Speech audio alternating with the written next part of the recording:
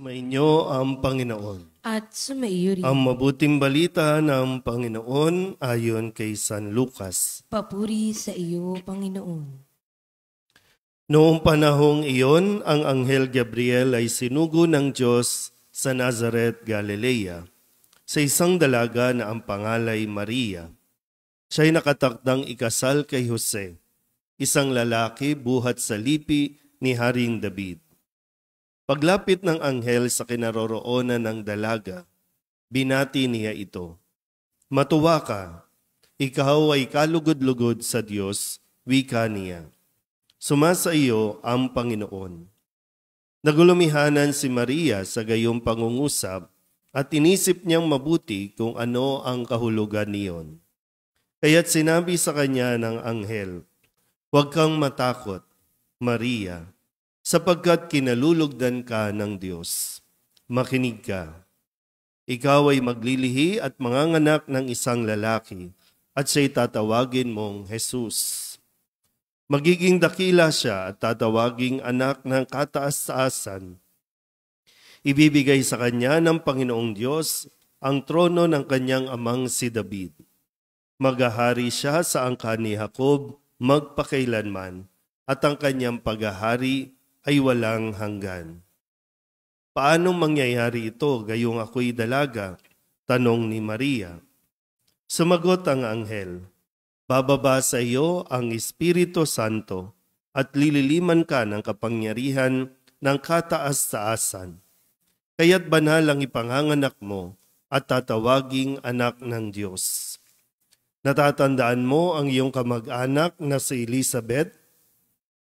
Alam ng lahat na siya'y baog, ngunit naglihi siya sa kabila ng kanyang katandaan. At ngayon, ika-6 na buwan na ng kanyang pagdadalang tao, sapagkat walang hindi mapangyayari ang Diyos." Sumagot si Maria, "Ako'y alipin ng Panginoon. Mangyari sa akin ang iyong sinabi." At nilisan siya ng anghel. Ang mabuting balita ng Panginoon. Pinupuri ka namin, Panginoong Hesukristo. Isang magandang umaga po sa inyong lahat. Ngayon po ay Lunes ng ikalawang linggo ng panahon ng Pasko ng Muling Pagkabuhay at ngayon din po ay pinagdiriwang natin ang dakilang kapistahan ng pagpapahayag ng magandang balita tungkol sa Panginoon o ang Solemnity of the Annunciation. Originally, ang petsa po ng pagdiriwang na ito ay March 25. Bakit natin minove ng April 8? Dahil nung March 25, ito po ay natapat na mahal na araw. Kaya nag-giveaway. Ini-adjust ng ating mga liturgies ng simbahan para po maipagdiwang pa rin natin itong dakilang kapisahang ito na kung saan narinig natin yung pagpapahayag ng anghel sa mahal na Birhen ng Maria tungkol sa plano ng Diyos na kaligtasan. Hindi si Maria ang magliligtas sa atin. Wala siyang kapangyarihan para tayo iligtas, kundi ninais ng Diyos na hingin at ayon sa kanyang plano na si Maria ang maging ina ng anak ng Diyos na siyang magiging tagapagligtas nating lahat. So sa simula pa lang, kung titingnan natin ang karanasan ni Maria, may plano na si Maria na magpapakasal na sila ng kanyang nobyo na si Jose, at yun ay biglang nabago dahil ito ang plano ng Diyos. Hindi pa naging malinaw kay Maria kung ano itong sinasabi ng anghel sa kanya. Pero dahil nga sa kanyang kababaang loob ay mas sinunod niya kung ano ang plano ng Diyos kaysa sa kung ano ang plano niya. Very risky yon, no, na tatanggapin niya na misyon dahil nga malaking problema sa isang dalaga noon ang mabuntis nang hindi pa sila nagsisiping ng kanyang asawa. So, delikado yun, no? Pero, sabi nga dito, sa mga mensahe ng anghel, huwag kang matakot, magalak ka, makinig kang mabuti.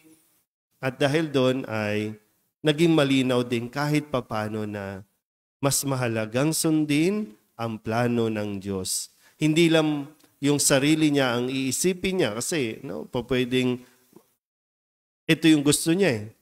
Pero siguro mas nanaig sa mahal na birhen na yung mas bigger picture na plano ng Diyos para sa lahat. Hindi lang siya, kundi para sa lahat. At mula nung sa pagkakaanunsyo ng anghel, kailan lang talaga naging buo ang mensaheng ito nung Pasko ng pagkabuhay. Ilang taon yun, na sige lang, go with the flow si Maria. Plunge lang si Maria sa kung ano yung mangyayari, sa kung anong, masalimuot eh. Pinanganak pa lang, gusto nang patayin yung kanyang anak. Kaya kinailangan mag-migrate, kinailangan maglakbay. Pumunta sa ibang bayan, manirahan doon. Ang madaming adjustment na ginawa para lamang masundan at makasunod si Maria sa plano ng Diyos. Dahil sabi nga, walang hindi mapangyayari ang Diyos. Kapag ginusto po pwedeng, kung tumanggi si Maria, po pwedeng iba. Kasi ang plano ng Diyos, iligtas tayo.